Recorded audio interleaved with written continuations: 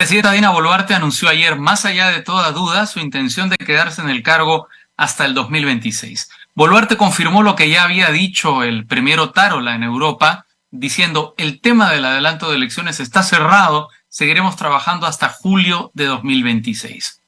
Esta respuesta revela que la voluntad de Boluarte fue la que expresó en el discurso que pronunció cuando asumió el cargo, luego del golpe de Estado de Pedro Castillo, y no el adelanto electoral que propuso en medio de la crisis social que siguió a su llegada a la presidencia, una postura de emergencia que finalmente no prosperó para beneplácito de toda nuestra clase política. El problema de las intenciones de Boluarte de permanecer en Palacio de Gobierno hasta 2026 se llama Keiko Fujimori.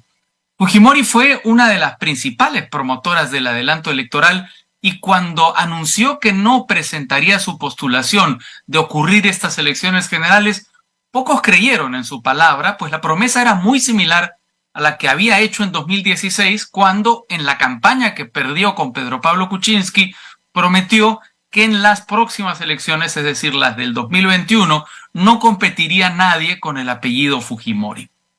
Estas intenciones son ahora bastante claras y es obvio que, a pesar de haber perdido 3 elecciones consecutivas, el fujimorismo considera que Keiko Fujimori es su única alternativa realista para alcanzar la presidencia. Keiko Fujimori se presentó esta semana ante la opinión pública para esto, es decir, para relanzarse como lideresa emblemática y figura presidenciable, planteando un pliego de críticas recién a los 6 meses del gobierno de Boluarte, algo que ha remecido lo que Augusto Álvarez Rodríguez llama con razón un pacto implícito de supervivencia. Fujimori ha decidido asumir posiciones más severas contra el gobierno para desmarcarse de los pasivos y de la poca aceptación de Dina Boluarte, cuya impopularidad de 77% puede ser un lastre muy pesado.